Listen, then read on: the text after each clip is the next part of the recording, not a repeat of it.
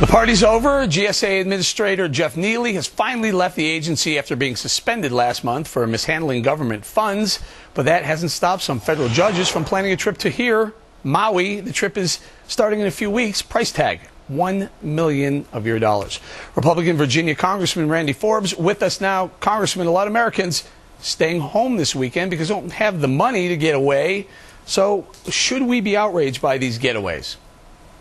Well, Eric, we should be, but the big thing that we should be concerned about is kind of this growing corruption and culture of arrogance that we're seeing in these agencies. It's starting at the top and permeating down where it's just the wrong priorities. When they're cutting defense, as you know, dismantling that, they're going to give 150 to 200,000 pink slips to our active duty men and women in uniform, putting thousands of dollars on our veterans' family. And then what do we see? We see them dressing up like clowns, swimming in hot tubs, hiring prostitutes. I think American people are just saying we've got to change that whole culture. Right. Let's talk about Mr. Neely. He stepped aside, I guess, today, but there are reports, I believe Chairman Mike says that this gentleman may end up walking away with a $100,000 a year pension. Well, Eric, that's just ridiculous to see that happening, and we've got to control the purse strings of a lot of these agencies if we're going to reel them in because they're just out of control, and some of these administrators are out of control, and we're trying to do that in the House. So what do we do here? I mean, they go to Vegas, they spend money on sushi and clowns, and here's what we see. We're looking at a picture of Jeff Neely with a couple of glasses of wine. That's on our dime, right? It's on your dime, but the biggest thing, again, is we're doing that in an overlap when we're cutting out national defense and our men and women in uniform and putting more and more cost on the backs of our veterans.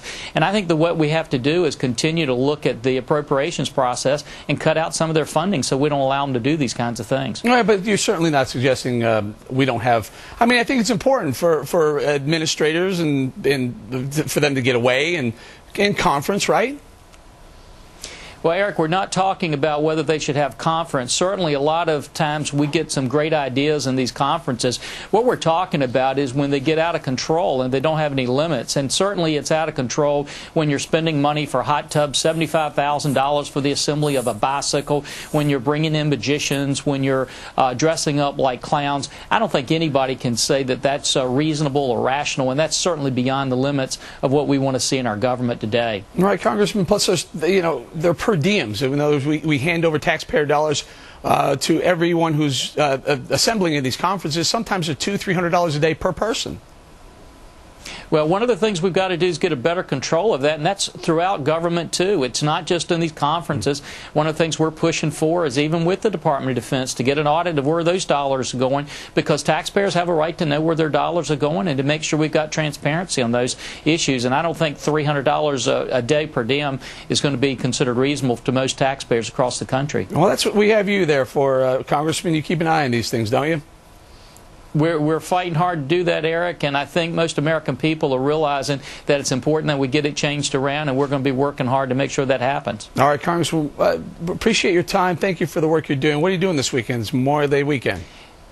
Eric, I'm doing something very special. I'm going to spend it with our veterans at Amelia County, that's just outside of Richmond, Virginia, at a veterans cemetery that we're going to have a memorial service for our veterans with wounded warriors and other veterans, remembering those men and women who've given their lives so that you and I can celebrate this weekend. Amen, sir. Thank you very much for doing that, and thank everyone that you see from us here at Fox News.